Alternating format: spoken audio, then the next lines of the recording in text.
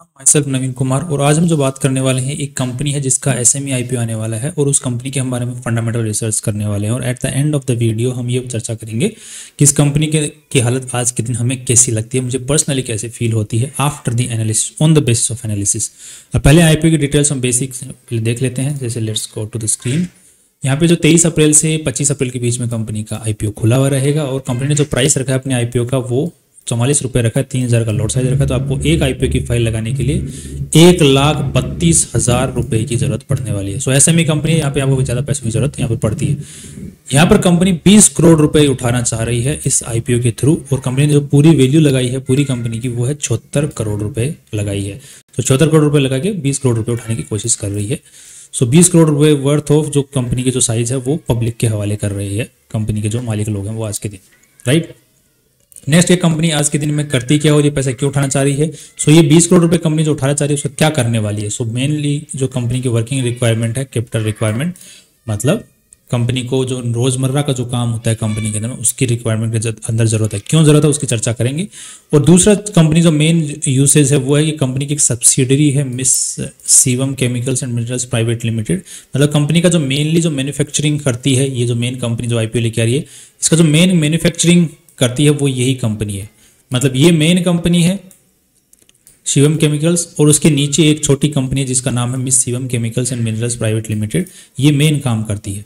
सो ये जो मेन काम करती है, जो कि इसकी पूरी कंपनी सब्सिडरी है, उसके जो वर्किंग कैपिटल कैपेबिलिटीज, मतलब उसकी जो साइज है, जो काम करने का जो तरीका है उसको बढ़ाना है, राइट, उसको और बेटर बनाना है। तो मेनली ये जो पैसा है उसके अंदर में खर्च होने वाला है। इसकी डिटेल्स कंपनी ने कहाँ पर दी है, ये कंपनी ने 1 सेकेंड,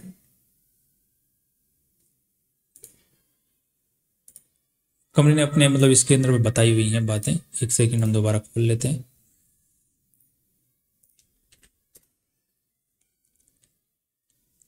अगर हम ऑब्जेक्ट के बीच में बात करते हैं कि कितना पैसा एग्जैक्टली कहाँ खर्च होने वाला है, उसका हमें अंदाजा यहां मिल जाएगा।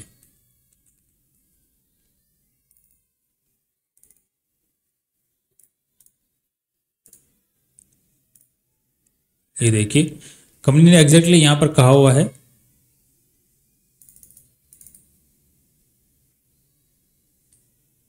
कि लगभग 7 करोड़ रुपए जो है वो खर्च होने, वो वर्किंग कैपिटल रिक्वायरमेंट की जो मेन कंपनी है। और उसके बाद में जो छोटी कंपनी जो कि मेन मैन्युफैक्चरिंग का काम करती है उसके अंदर में 6.25 लाख रुपए यहाँ पर खर्च, 6.25 करोड़ रुपए यहाँ पर खर्च होने वाले। और बाकी की जो कॉर्पोरेट रिस्पॉन्सिबिलिटीज होती हैं कॉर्पोरेट पर्पसेस के लिए, जैसे कि लोन वोन का लफड़ा होता है या फिर कोई और कंपनी में जो काम चलते रहते हैं, हजारों काम चलते हैं, उनके अंदर में खर्चा रहने वाला है जो कि 5 करोड़ रुपए वहाँ खर्च करने वाले हैं। सो ये कंपनी टोटल 17 करोड़ रुपए के यहाँ पे कंपनी ने डिटेल्स दे दी है अपने को। और कंपनी यहाँ पर पैसा कितना उठाना चाह रही है, 20 करोड़ रुपए। और यहाँ पर कंपनी ने कितना खर्च उठाने के लिए बोला है, 17 करोड़ 68 लाख यहाँ पर उठाने के लिए। मतलब पैसा कहाँ कहाँ लगेगा उसकी रिक्वायरमेंट कंपनी ने बताई है। 1 सेकेंड, ओके। नेक्स्ट, अगर हम लोग देख लेते हैं कि कंपनी किस तरीके से आज के दिन काम कर रही है और क्या काम कर रही है उसकी चर्चा करते हैं। तो कंपनी यहाँ पर मैन्युफैक्चरिंग का काम करती है, जो कि क्या, जो कि हम गाय भैंस होते हैं उनके जो चारा जो होता है, चारे के अंदर में कौन कौन से मिनरल जो जरूरत पड़ती है ताकि वो अच्छे से प्रोडक्शन कर सकें, बेटर प्रोडक्शन कर सकें। जो वो मिनरल्स में जो खाद्य पदार्थ की जो जरूरत पड़ती है वो खाद्य पदार्थ कंपनी बनाती है। सो कंपनी केमिकल युक्त, जो जैसे हम लोग नहीं खाते हैं विटामिन की गोलियां नहीं खाते हैं क्या इंसान, उसी टाइप से ये विटामिन की गोलियां हैं जानवरों के लिए, उनकी प्रोडक्शन को बढ़ाने के लिए। इसी तरीके से ये जो कि मवेशी होते हैं गाय भैंस उनके लिए, और साथ में ही जो मुर्गियां पालन करते हैं उनके लिए भी जो चारा होता है वो चारा मैन्युफैक्चर करती है। So poultry feed supplements, di calcium phosphate, magnesium oxide, ये इनके मेन जो है प्रोडक्ट हैं। ये प्रोडक्ट्स किस किस किसी में काम आते हैं, हेल्दी रखने के लिए और प्रोडक्शन को बढ़ाने के लिए, जानवरों के अंदर में दूध वूध की उसके अंदर में काम आते हैं, राइट। और बढ़िया कैल्शियम वाला दूध दे उसके लिए भी कैल्शियम हाइड्रोक्साइड, बढ़िया दूध, क्वांटिटी अच्छी खासी रहे। तो बेसिकली कंपनी इस फील्ड में ही काम कर रही है, जो कि पोल्ट्री फार्म और साथ में ही जो गाय भैंस होती हैं उनको सप्लीमेंट्स प्रोवाइड करने का जो प्रोडक्ट है वो बनाती है, राइट। इसकी आज के दिन अगर देखा जाए तो डिमांड बहुत अच्छी खासी है और फ्यूचर में बढ़े रहने की उम्मीदें हैं, क्योंकि जनता बढ़ रही है तो डिमांड बढ़ रही है, डिमांड बढ़ रही है तो प्रोडक्शन का डिमांड बढ़ेगा, प्रोडक्शन डिमांड बढ़ेगा तो इन चीज़ों का डिमांड बढ़ेगा विद टाइम, और बढ़ ही रहा है। नेक्स्ट अगर देख लेते हैं कि कंपनी आज के दिन में, मतलब ये देख लेते हैं कि कंपनी का आज के दिन फाइनेंशियल या फिर कहीं पे कोई दिक्कत तो नज़र नहीं आ रही है। अब आज के दिन अगर देखेंगे तो मुझे जो मेनली जो दिक्कत नज़र आई वो एक दो जगह पर दिक्कत नज़र आई। पहली चीज़ तो ये है कि कंपनी के जो मोस्ट ऑफ द जो ऑफिसेज हैं, जो भी प्रॉपर्टी कंपनी के पास में, जैसे रजिस्टर्ड ऑफिस की प्रॉपर्टी है, ब्रांच ऑफिस है, ये कंपनी खुद ओन नहीं करती है, ये कंपनी ने लीज पे ले रखे हैं। मतलब कंपनी ये जैसे ये हो गया नेम ऑफ द लाइसेंसर, किसके नाम पे लाइसेंस है, श्री सतवन हेमल शाह। इसने प्लॉट देखा 7 महीने का लीज पे ले रखा है, सितंबर 2023 को रिन्यू होगा, 2023 से चालू हुआ था। गेस्ट हाउस है।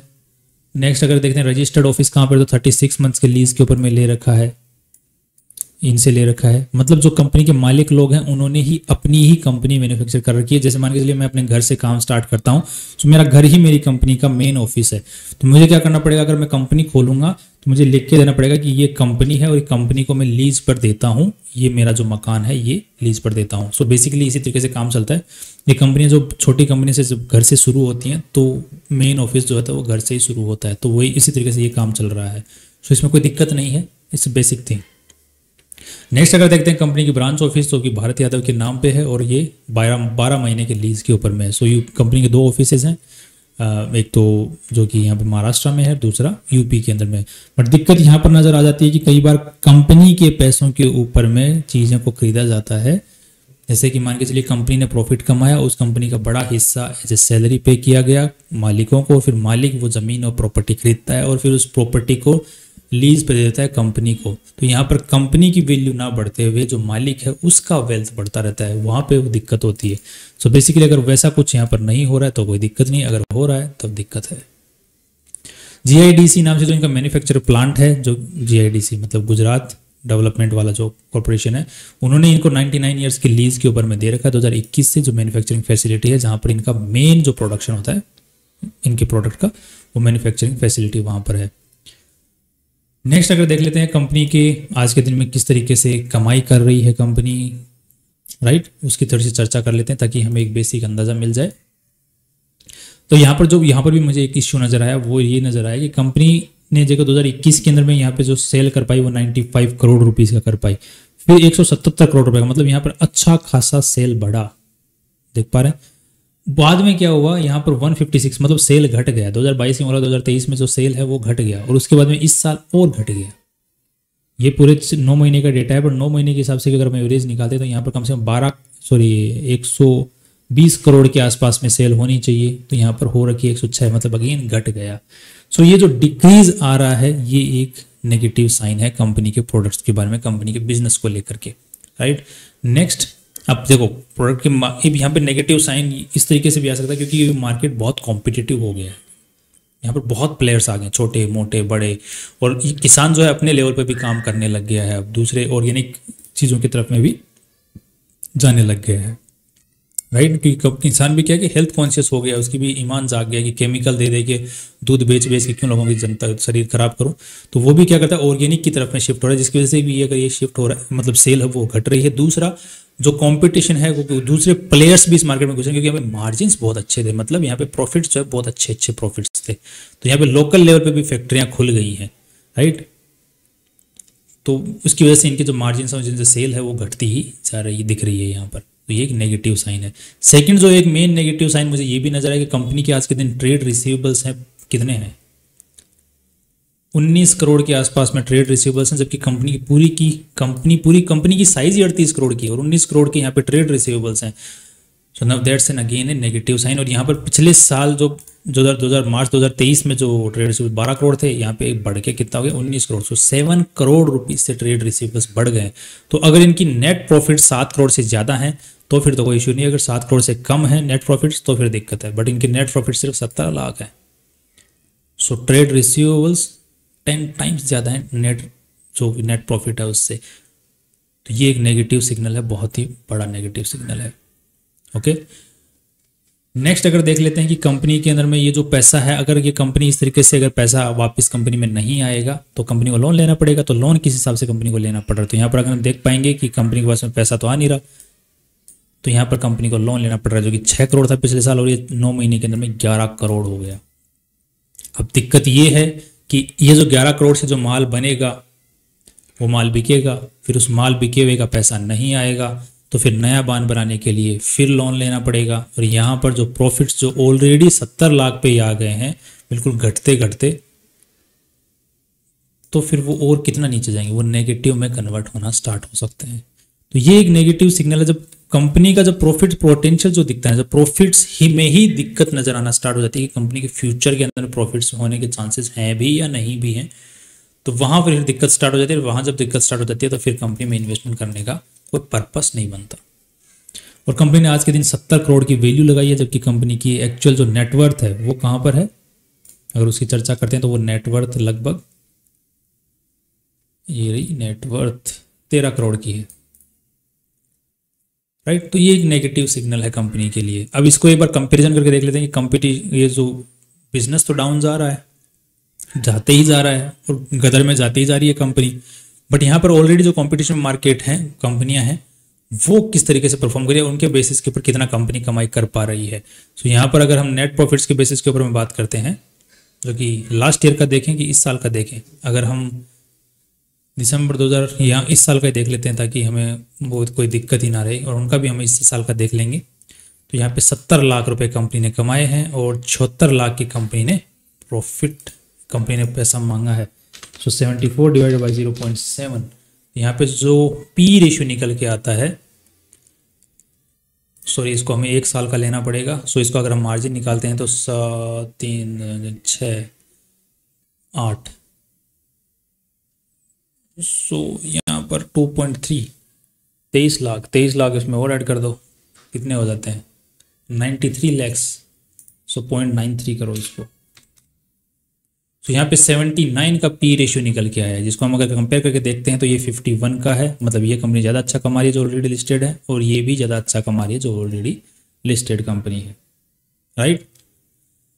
नेक्स्ट अगर देखते हैं कि कंपनी का पीबी रेशियो के बार कंपेयर करके देख लेते हैं कि पीबी रेशियो कैसे काम कर रहा है। तो यहाँ पे 74 करोड़ की कंपनी है और नेटवर्थ जो है यहाँ पे 14 करोड़ की है, और 14 करोड़ के साथ में कंपनी और पैसा उठा रही है 20 करोड़। सो 24 + 14 दैट्स 34, कुछ खर्चा हो जाने वाला है, सो 30 मान लेते हैं। सो यहाँ पे 30 करोड़ का हम ले लेते हैं। सो पीबी रेशियो निकल के आ रहा है 2.4 का।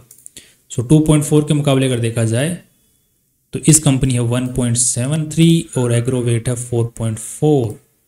सो एक कंपनी से अच्छा कम मतलब वैल्यू लगाया है, एक कंपनी के मुकाबले बुरा वैल्यू लगाया है। इस कंपनी के मुकाबले अच्छा वैल्यू लगाया है और इस कंपनी के मुकाबले बुरा वैल्यू कंपनी ने लगाया है साइज के हिसाब से। अब यहाँ पे इस कंपनी की अगर सेल बढ़ रही है घट रही है उसकी अगर चर्चा कर लेते हैं एक बार, तो इनकी जो सेल है वो बढ़ रही है। अगर आप ध्यान से देखेंगे मार्च 2022 में 34 करोड़ थी जो कि 49 करोड़ हुई, और अभी टीटीएम में 49 करोड़ से भी अबव जा रहा है, दैट्स इंक्रीजिंग।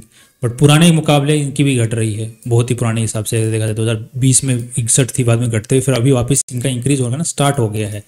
नेक्स्ट अगर इनका भी वही हाल है तो जो लिस्टेड कंपनियां हैं इनका भी प्रॉफिट जो मार्जिन है जो घट रहे हैं बढ़ रहे हैं, तो इनका भी प्रॉफिट मार्जिन जो है घट रहा है। और किस कारण से घट रहा है, वो अगेन लोन ज़्यादा लिया जा रहा है। लोन ज़्यादा अगर कंपनी लेती है तो दो ही कारणों से लेती है, या तो उसको एक्सपेंड करना होता है या फिर वो ट्रेड रिसीवेबल्स को मैनेज नहीं कर पा रही है। तो अगर इसके हम ट्रेड रिसीवेबल्स को चेक करते हैं तो इसके भी ट्रेड रिसीवेबल्स बढ़ते जा रहे हैं, बट ये फिर भी मैनेज करके चल रहे हैं, इनके घट रहे हैं। देखो वापस trade receivables, that's means they are managing their trade receivable.